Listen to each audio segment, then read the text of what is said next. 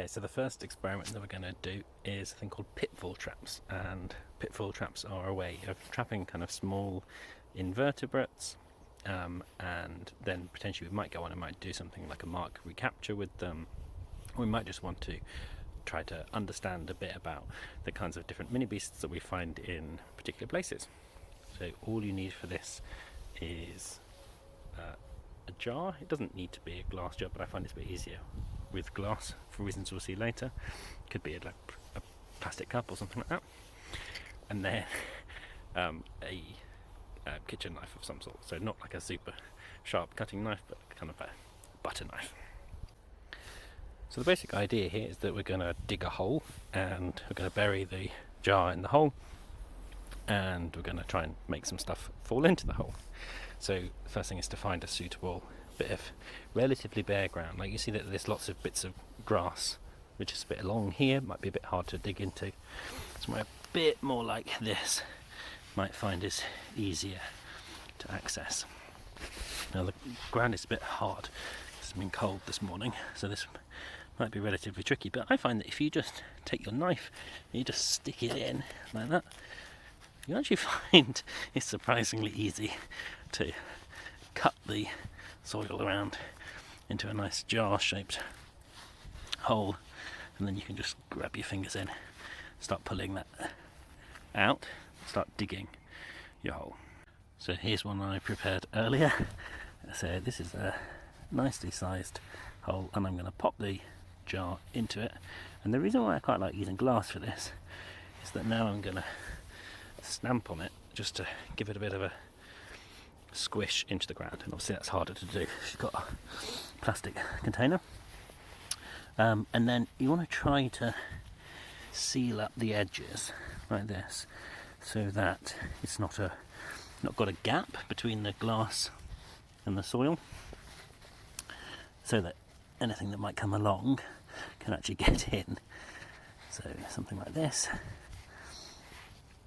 And then it's really important that, first of all, that birds can't see in and come and get an easy meal, and also that the rain can't fall in and drown any poor creature that finds himself in there.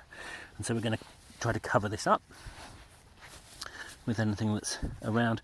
There are kind of clever things you can do, little bits of wood, making a house or something like that. But we're just going to cover it up like this. This works fine for me here. And we'll leave it probably overnight, or for about 12 hours or something if you've done it in the morning.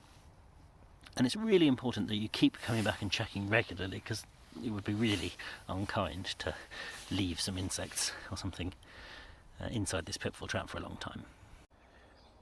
Okay, so it's the next morning, so let's see what we've found, if anything.